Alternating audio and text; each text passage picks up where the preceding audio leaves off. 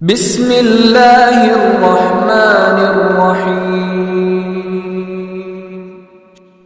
بچیوں کی پیاری تربیت کرنا آپ کے لیے آسان ہے۔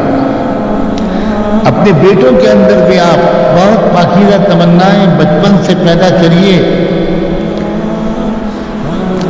ایسی مائیں مجھ گنہگار نے اپنے بچپن میں اپنی آنکھوں سے دیکھی ہیں، جو بچوں کے اندر یہ تمنا پوری کرتی تھی کہ بیٹا تم کو بڑے ہو کر ملک میں اسلام پھیلانا ہے، بیٹا تم کو یہ کرنا ہے اور وہ کرنا ہے، بیٹا اس کمینی دنیا کی طرف للچائی ہوئی نظر سے کبھی مت دیکھنا، یہ دنیا تو تمہارے قدموں پر آئے گی، بیٹا تم دین کی خدمت کے لیے اپنے کو تیار کرو۔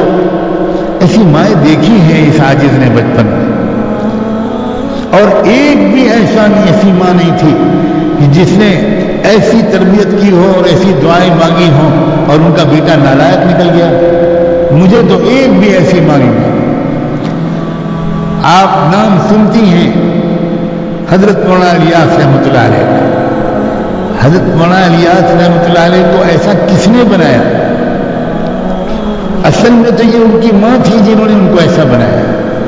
یہ تو بعد میں لوگ استادوں کا نام لیتے ہیں، فلاں شیخ کا نام لیتے ہیں، یہ شیخ اور استاد بہت بعد کی چیزیں۔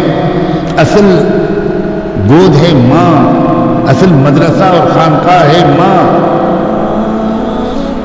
حضرت مولانا الیاس رحمۃ اللہ علیہ کی تمناؤں کا آپ اس جملے سے اندازہ کیجئے کہ جب 6 سال کے تھے حضرت مولانا الیاس رحمۃ اللہ علیہ، تو ان کے چلنے پھرنے کو، نماز پڑھنے کو، ان کی دعا مانگنے کو، دعا میں آمین کہنے کو دیکھ کر، ان کے اخلاق کو دیکھ کر، ان کی خدمت کے جذبے کو دیکھ کر، ان کے غریبوں کی خدمت کے جذبے کو دیکھ کر، جہاں کوئی غریب کی آواز ہوئی ملی کہ بیچارہ کوئی بھیک مانگ رہا ہے اور دوڑتے ہوئے آئے، ماں ماں دیکھیے باہر کوئی فقیر صدا لگا رہا ہے، ماں کچھ دے دیجئے نا، اور وہ پھر مولانا الیاس کے کہتی تھی بیٹا دامن پھیلاؤ، اور ان کے دامن میں وہ گیہوں یا جو یا جو چیز بھی اناج گھر میں کھیت میں پیدا ہوتا تھا وہ ڈال دیتی تھی، اور مولانا الیاس اپنے دامن کو لے کر جاتے تھے باہر اور بڑے پیار عزت سے ان کو دیتے تھے کہ چچا دادا یہ لے لیجئے، اچھا اور کل پھر آ جائیے گا۔ یہ ادائیں تھیں جن کو دیکھ کر مولانا الیاس کی والدہ کہتی تھی مجھے اس بچے کے اندر سے صحابہ کی خوشبو آتی ہے۔ یہ ہیں جن کے ذریعے پورے عالم میں دین کی محنت پھیلی۔ کیا ناز ہونا چاہیے ماؤں کو اپنی اولادوں پر۔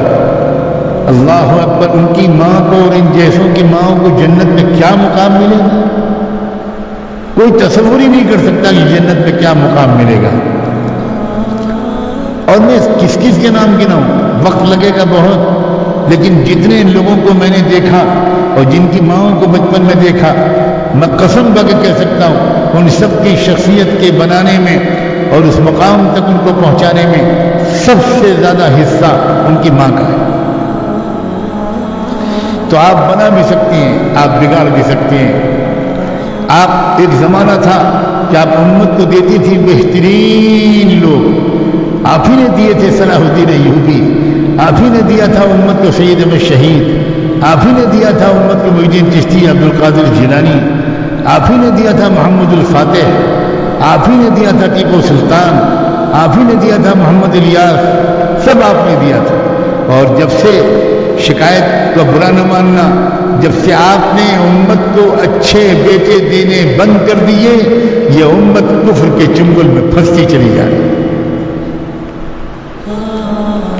ذرا سوچئے کہ آپ کے قصور کی سزا پوری امت کو کس بھیانک طریقے سے مل رہی ہے۔ اور آج بھی جو ٹوٹے پھوٹے کچھ لوگ ہیں، جو بھی گنے چنے ہیں یہاں سے لے کر فلسطین تک، وہ سب وہ ہیں جن کی ماؤں نے اپنے بچوں کو سنبھالا ہے، تو وہ ماحول کی خرابی کے باوجود بچے بڑی حد تک بچ گئے۔ تو امت کے مستقبل کا دار و مدار اے میری بہنوں تمہارے ہاتھ میں ہے۔ اپنی حیثیت کو سمجھو، اپنی ذمہ داری کو سمجھو، اپنے مقام کو سمجھو۔